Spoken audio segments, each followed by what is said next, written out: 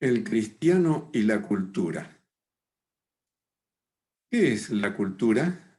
Una definición bastante difundida dice que la cultura es el conjunto de ideas, creencias, valores, hábitos y costumbres y el grado de desarrollo artístico, científico e industrial de una época o un grupo social determinado. Antes de ahondar en esto, necesitamos recordar que desde el punto de vista bíblico hay diversas culturas, pero por detrás de todas ellas hay una sola naturaleza humana, porque dice la Biblia que de un solo hombre hizo Dios todas las naciones para que habitaran toda la tierra. Y Dios ofrece salvación a todos los hombres en todo lugar.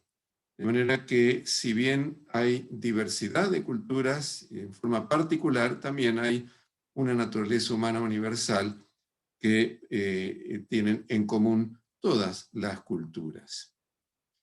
¿Cuáles son las fuentes de la cultura? Vamos a mencionar tres fuentes. La primera es Dios. Dios porque ha creado al ser humano. Así que por eso la mencionamos en primer lugar como primera fuente.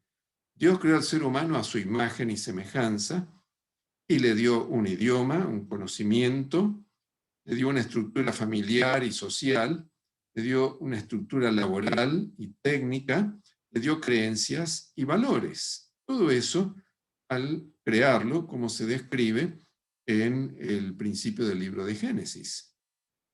Posteriormente, Dios le entregó a su pueblo, a Israel, en el monte Sinaí, la ley, es decir, los 10 mandamientos, con los valores y todas las normas que rigen todos los aspectos de la vida. Y el consejo divino es guardadlos pues y ponedlos por obra, porque esta es vuestra sabiduría y vuestra inteligencia ante los ojos de los pueblos. La Biblia nos dice que toda buena dádiva y todo don perfecto desciende de lo alto del Padre de las luces. Dios es la fuente de todo lo bueno que hay en el mundo. Los grandes pensadores del mundo, en lo que tenga de cierto su enseñanza, reflejan los rayos del sol de justicia, es decir, de nuestro Señor Jesucristo, que es aquella luz verdadera que alumbra a todo hombre. Pero hay una segunda fuente de la cultura, el ser humano. El ser humano que fue creado por Dios con la capacidad de razonar, sentir, capacidad de tomar decisiones, fuimos dotados de voluntad, y la capacidad de crear. Por eso, el ser humano es una fuente de cultura. Pero lamentablemente, la caída de Adán y Eva en pecado produjo rebelión hacia Dios, que todos sus descendientes compartimos, los descendientes de Adán y Eva, una inclinación innata hacia el mal y egoísmo y orgullo que destruyen las relaciones familiares y sociales. Por eso Cristo ofrece a los creyentes, y en realidad a todos los seres humanos, el perdón del pecado, nacer de nuevo, ser transformados, y nos da las pautas para poder vivir en las diversas culturas. Pero hay una tercera fuente de la cultura, que es Satanás. La Biblia lo llama el príncipe de este mundo. También nos dice que los pecadores están siguiendo la corriente de este mundo, conforme al príncipe de la potestad del aire, el espíritu que ahora opera en los hijos de desobediencia. De manera que hay tres fuentes de la cultura: Dios, el ser humano y Satanás. Todos sabemos que Satanás es un enemigo declarado de Dios, que se opone a Dios y lucha contra Dios. Por eso, desde la caída de Adán y Eva, toda cultura refleja el gran conflicto que existe entre Cristo y Satanás, entre el bien y el mal. No tenemos lucha contra sangre y carne, sino contra principados, contra potestades, contra los gobernadores de las tinieblas de este siglo, contra huestes espirituales de maldad en las regiones celestes. El libro de Apocalipsis describe gráficamente esta realidad, diciendo: «Ay de los moradores de la tierra y del mar, porque el diablo ha descendido a vosotros con gran ira, sabiendo que tiene poco tiempo». Y el apóstol Pedro nos insta: «Sed sobrios y velad, porque vuestro adversario, el diablo, como león rugiente, anda alrededor buscando a quien devorar». Realmente, la Biblia trata de hacernos ver que este conflicto entre el bien y el mal, entre Dios y Satanás, entre Cristo y Satanás, es muy real. Es más real de lo que muchas veces pensamos. ¿Y cuál es la evaluación bíblica de la cultura? Hay varias palabras en hebreo y en griego que tienen un campo semántico semejante a lo que nosotros entendemos por cultura. Pero hay dos términos griegos que aparecen en el Nuevo Testamento que se acercan especialmente al concepto de cultura. Cosmos, que se traduce casi siempre como mundo, y aion, que se traduce como mundo o también como siglo. Cosmos se refiere al mundo y al universo desde el punto de vista espacial. Aion se refiere al mundo y el universo desde el punto de vista temporal. Por eso generalmente se traduce como siglo. Y desde el punto de vista bíblico, la cultura es mayormente contraria a Dios. Generalmente la Biblia, cuando habla de estas palabras, usa estas palabras cosmos y aion, traducidas como mundo o como siglo, generalmente lo hace en un tono negativo, con una connotación negativa. En el Evangelio de Juan al principio dice que el mundo no conoció a Cristo cuando Cristo vino a este mundo. Y Santiago nos advierte que la amistad del mundo es enemistad contra Dios. ¿Cuál debe ser entonces la actitud del cristiano hacia la cultura? Esta es una pregunta que se han planteado los cristianos desde el origen de la iglesia cristiana. Y se han dado varias respuestas que podrían agruparse en tres grupos o tres categorías. Un primer grupo de cristianos dijo: si el mundo es malo, lo mejor es separarse todo lo posible del mundo y de la cultura. Esto es lo que sostenía Tertuliano, también lo sostuvieron los anabaptistas, los menonitas y los pietistas en la época de la Reforma Protestante. Esta actitud es la que generó el movimiento monástico y todos los esfuerzos por aislarse totalmente de la cultura y del mundo. Una segunda respuesta dice: es cierto que el mundo es malo, pero es inevitable. Por lo tanto, el cristiano debe vivir en tensión entre ser un hijo de Dios, pero al mismo tiempo estar en el mundo. Y eso es lo que decía Martín Lutero y posteriormente Søren Kierkegaard. Y una tercera respuesta reconoce que el mundo es malo, pero enfatiza la necesidad de transformarlo mediante Cristo. La misión cristiana de transformar al mundo. Así lo sostenía Justino Mártir en la Patrística, posteriormente Agustín de Hipona y Juan Calvino en la época de la Reforma Protestante. ¿Cuál de estas tres actitudes es la que nos indica la Biblia que debemos tener como cristianos? ¿Separación, tensión o transformación? ¿Cuál es la que tiene más apoyo bíblico? Para dar respuesta a esa pregunta, nos preguntamos: ¿qué enseñó Cristo en cuanto a la relación de sus seguidores con la cultura? Y encuentro la respuesta en el capítulo 17 del Evangelio de Juan.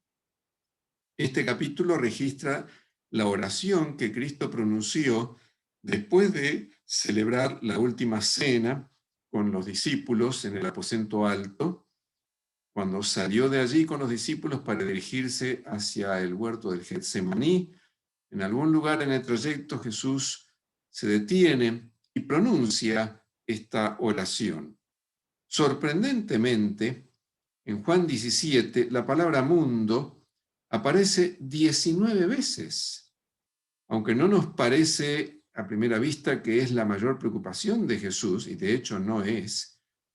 Sin embargo, está muy presente en esta oración. Y en este capítulo Jesús nos presenta cuál debe ser, desde su punto de vista, la actitud de los cristianos hacia el mundo. En primer lugar, Jesús le dice al Padre, refiriéndose a los discípulos, tuyos son. Y por otro lado también dice que sus seguidores no son del mundo. Jesús allí está planteando nuestra identidad. Dice que somos de Dios y no somos del mundo, con lo cual está indicando que somos distintos y separados del mundo.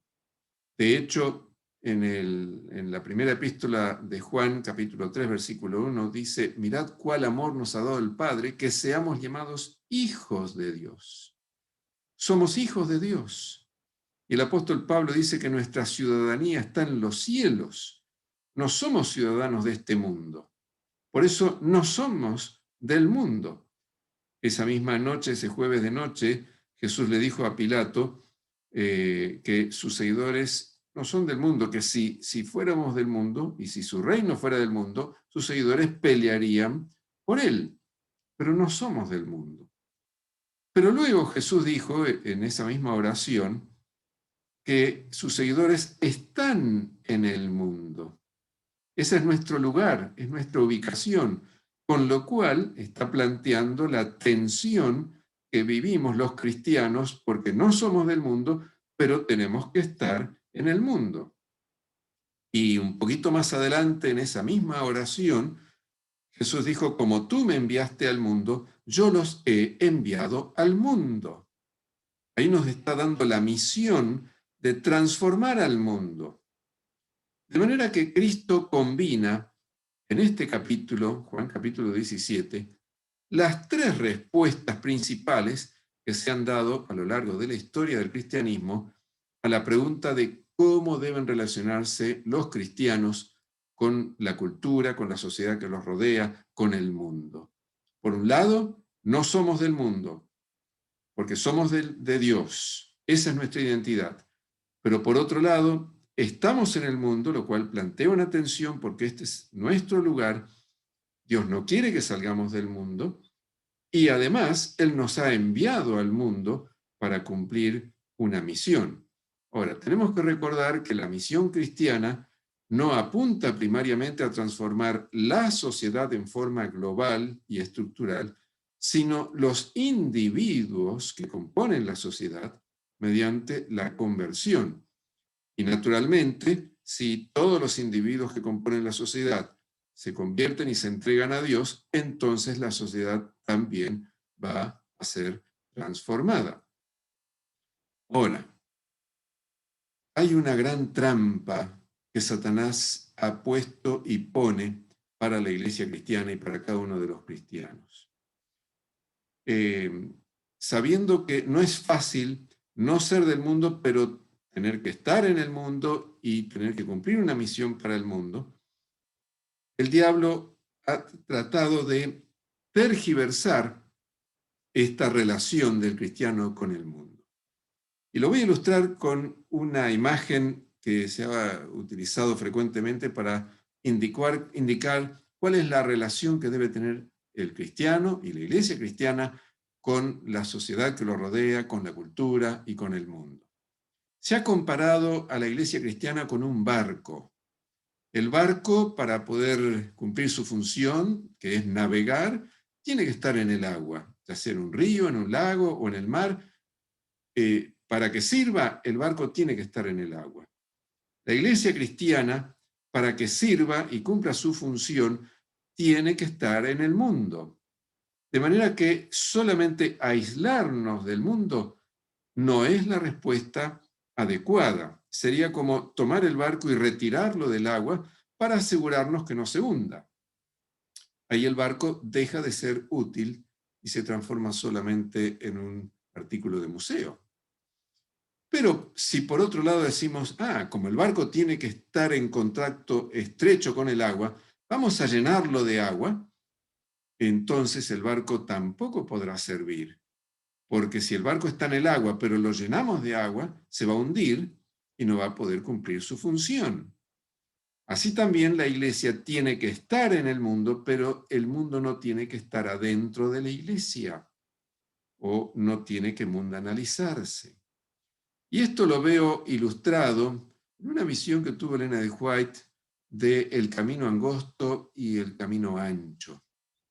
Es una visión muy simple que se refiere a esa expresión que Jesús tuvo registrada en los evangelios cuando nos insta a andar por el camino angosto y no por el camino ancho. Fíjense esta descripción. Estos dos caminos son distintos, están separados y van en direcciones opuestas. Uno conduce a la vida eterna y el otro a la muerte. Vi la distinción entre ambos caminos y también la distinción entre quienes por ellos andaban. Quienes por ellos iban eran opuestos en carácter, conducta, porte y conversación. Los que van por el camino estrecho hablan de la alegría y felicidad que les aguardan al fin de la jornada. Su aspecto es a menudo triste, pero a veces brilla con sagrado y santo gozo. No visten como los que van por el camino ancho, ni hablan ni obran como ellos. Se les ha dado un modelo, un varón de dolores, experimentado en quebranto, les abrió el camino y por él anduvo. En el camino ancho, todos piensan en sí mismos, en su ropa y en los placeres del camino. Se entregan libremente a la hilaridad y algazara, sin pensar en el término de la jornada, donde les aguarda segura destrucción. Cada día se acercan más a su nefasta suerte. Sin embargo, se apresuran locamente, cada vez con más rapidez. Oh, cuán terrible me pareció aquel espectáculo. Hasta aquí, esta descripción, si bien es interesante, no nos sorprende con nada fuera de lo común. Pero fíjense cómo sigue ahora. Vi que muchos de los que iban por ese camino ancho llevaban escritas sobre sí estas palabras: muerto para el mundo, el fin de todas las cosas está cerca, preparaos también. Su aspecto era el mismo que el de todos los demás frívolos seres que los rodeaban, excepto cierto aire de tristeza que se advertía en su semblante. Su conversación era igual a de las alegres y atolondradas gentes que con ellos iban, aunque de vez en cuando se detenían para señalar con mucha satisfacción el letrero en sus vestidos y exhortaban a los demás a que también se lo pusiesen en los suyos. Iban por el camino ancho y, sin embargo, decían pertenecer a la compañía que viajaba por el camino estrecho. Pero sus compañeros les replicaban: no hay distinción entre nosotros, somos iguales, vestimos, hablamos y obramos de igual manera. Qué terrible la trampa de Satanás, de convencer a los que se dicen cristianos pero van por el camino ancho, de que en realidad están yendo por el camino angosto. Es que no se puede servir a Dios y servir al enemigo al mismo tiempo. O vamos por el camino angosto o vamos por el camino ancho. Satanás está tratando continuamente de vencer al pueblo de Dios, rompiendo las barreras que los separan del mundo. Al conformarse la iglesia con las costumbres del mundo, se vuelve mundana pero esa conformidad no convierte jamás al mundo a Cristo.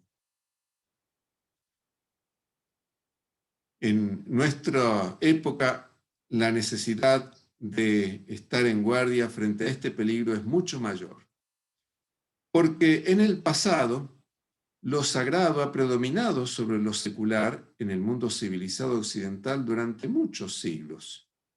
Era la cultura cristiana. Sin embargo, hoy lo secular predomina sobre lo sagrado en forma abrumadora. Vivimos en la cultura postcristiana, humanista y atea. Moral y espiritualmente hay un contraste entre la perspectiva bíblica y la perspectiva evolucionista sobre la cultura occidental actual. Según la Biblia, la cultura actual es la más inmoral y alejada de Dios. Lo dijo Cristo, como se registra en Mateo 24, lo dijo el apóstol Pablo, registrado en 2 Timoteo el capítulo 3, y lo dijo el apóstol Pedro en 2 de Pedro el capítulo 3. Sin embargo, en forma opuesta, la perspectiva evolucionista dice que la cultura actual es la mejor posible, porque el ser humano y la humanidad están evolucionando constantemente y cada vez la cultura es mejor. Ustedes notan cómo hay un contraste y una oposición total entre la postura bíblica y la postura humanista evolucionista. Por eso, Dios nos insta, nos presenta este ideal, registrado en Romanos el capítulo 12, versículos 1 y 2.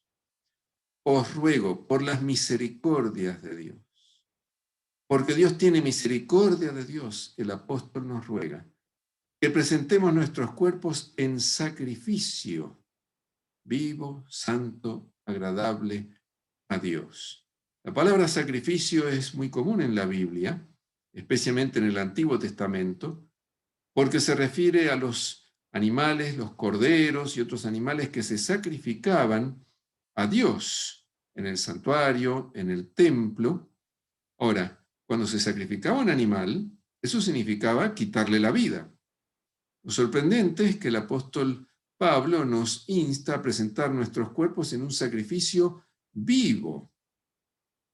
Es que el mismo apóstol nos dice, con Cristo estoy juntamente crucificado, y ya no vivo yo, mas vive Cristo en mí.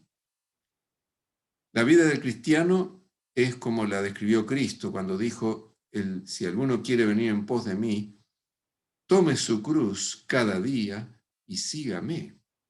Y esa cruz no es un adorno, esa cruz es para estar crucificado. Por eso el apóstol nos ruega que nos presentemos a Dios como un sacrificio vivo, que es nuestro culto racional. Y sigue diciendo que ese sacrificio significa no conformarse a este mundo.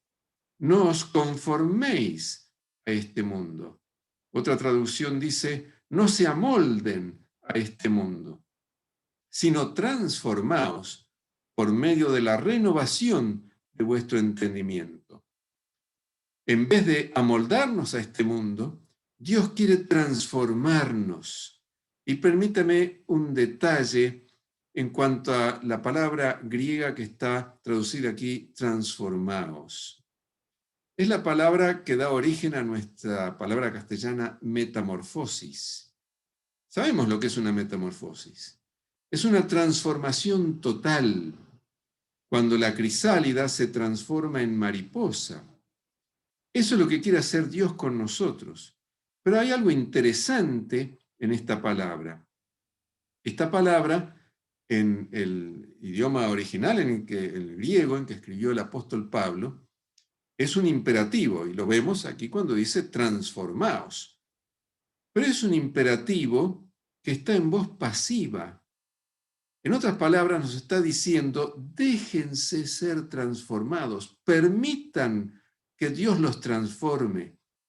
Es una orden pero está en voz pasiva, indicando que el rol del cristiano es rendirnos a nuestro Padre Celestial, a nuestro Señor Jesucristo cada día, para que al entregarle nuestra vida y someterle nuestra voluntad a Él, Él pueda ir transformándonos cada vez más. Y de esa manera vamos a comprobar cuál es la buena voluntad de Dios, que es agradable y perfecta. Ser un cristiano es algo agradable, porque la voluntad de Dios es buena para con nosotros. Eso es lo que el Señor quiere, ese es su ideal. Y hay un texto del mismo apóstol San Pablo que me hace recordar las 3 respuestas que se dieron a lo largo de la historia del cristianismo en cuanto a la relación del creyente con el mundo. Filipenses, el capítulo 2, el versículo 13. El apóstol dice que debemos ser irreprensibles y sencillos, hijo de Dios sin mancha. Aquí está hablando de nuestra identidad. Somos hijos de Dios. Y el ideal de Dios es que seamos sus hijos sin mancha. Sin mancha porque Cristo nos lava de nuestros pecados. Su gracia nos perdona y nos transforma. Pero sigue diciendo el versículo que debemos estar en medio de una generación maligna y perversa. Ahí está nuestra ubicación.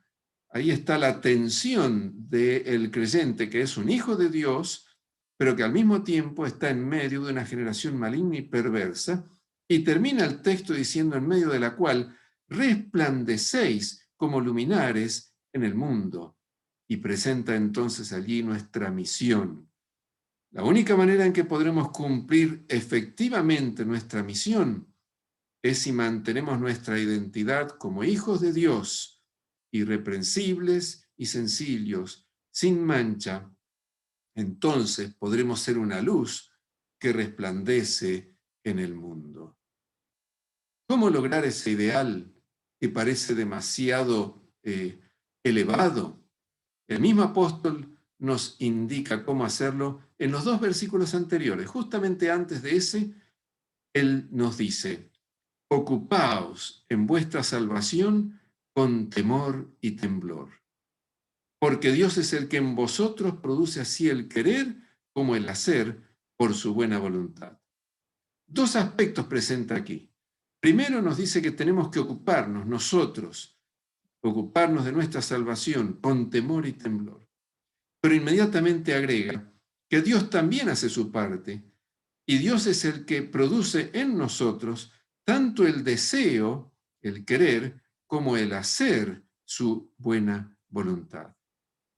Que esa pueda ser nuestra realidad, que nos ocupemos de nuestra salvación, rindiendo nuestra vida cada día a nuestro Señor Jesucristo y confiando que Él nos va a ir transformando, porque Él produce en nosotros el querer y el hacer por su buena voluntad, y así podremos cumplir la misión de ser una luz para los que nos rodean. Que Dios te bendiga.